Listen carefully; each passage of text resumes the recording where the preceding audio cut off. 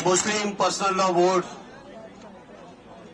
द्वारा आयोजित इस धरना प्रदर्शन के सम्मानित हमारे सदर साहब आड़ी मौलाना खालिद साहब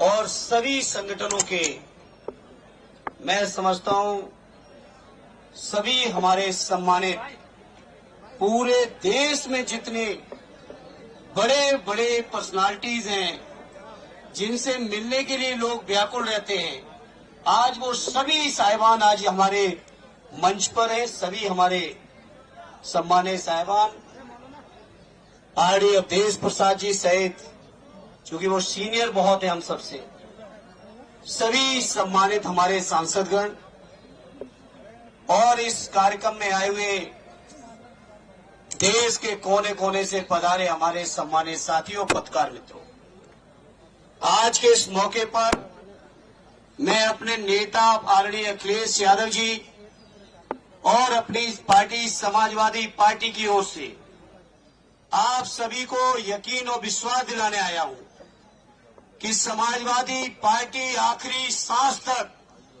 इस बिल के खिलाफत में लड़ेगी। आपको यकीन और भरोसा और विश्वास दिलाना चाहता हूं।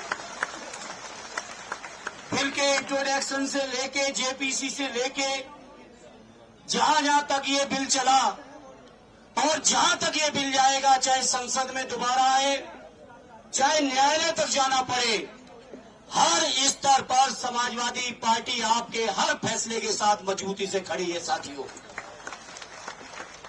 और आपको यकीन दिलाते हैं, समाजवादी पार्टी को चाहे जितनी कुर्बानियां देनी पड़े, हमारे नेता अखिलेश यादव जी को चाहे जितनी भी झेलना पड़ेगा, लेकिन इस बिल को हम लोग अपना बस रहते कभी पास नहीं होने देंगे।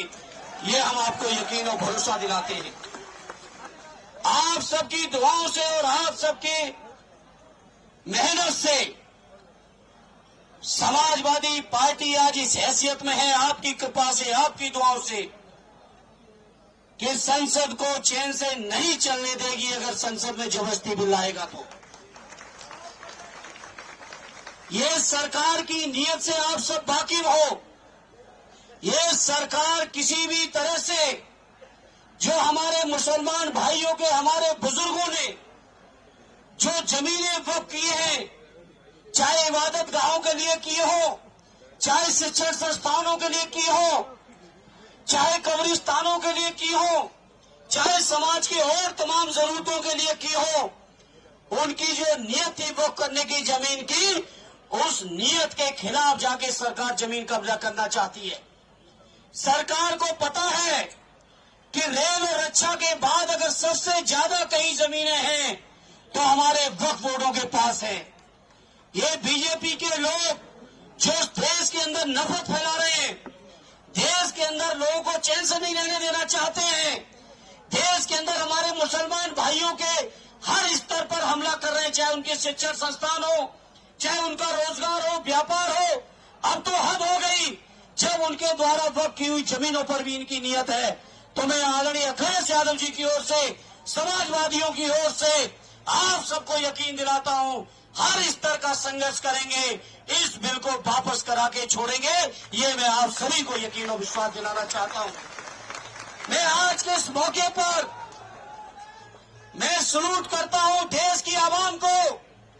हमारे उत्तर प्रदेश की जो सरकार थी, देश की जो सरकार थी, इसकी नीयत नहीं थी कि होली और जुमे के दिन कहीं अमन चैन रह पाए। लेकिन मैं सलाम करता हूं देश की आवाम को कि लोगों ने जो भाईचारा, जो मोहब्बत, जो आपस में एकता प्यार दिखाया है, उससे सरकार की नीयत को पूरी तरह से धता बताते हुए ये साबित कर दिया। जिस तरह से हमारे बुजुर्गों ने देश को आजाद कराने में, देश के लिए गर्दन कटाने में कहीं कमी नहीं रखी, उसी तरह से हमारी आज की पीढ़ी देश में अमन और चैन रखने में अपने हर स्तर की कुर्बानी देके भी प्यार और मोहब्बत को बढ़ाने का काम कर रही है। इसलिए आज इस मौके पर चूंकि बहुत सारे लोग आए हैं, हम ज्यादा समय नहीं लेंगे।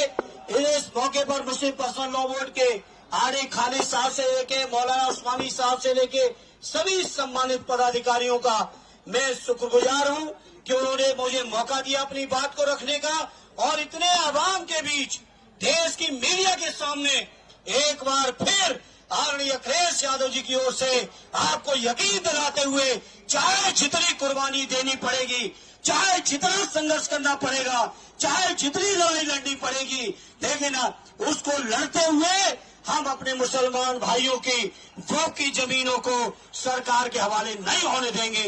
ये आपको यकीन, विश्वास और भरोसा दिलाते हुए एक बार फिर सबका शुक्रिया अदा करते हुए अपनी बात को विराम देता हूं। जय हिंद, जय भारत, जय समाजवाद। बहुत बहुत शुक्रिया धर्मेंद्र यादव जी, आपने आपके आश्वासन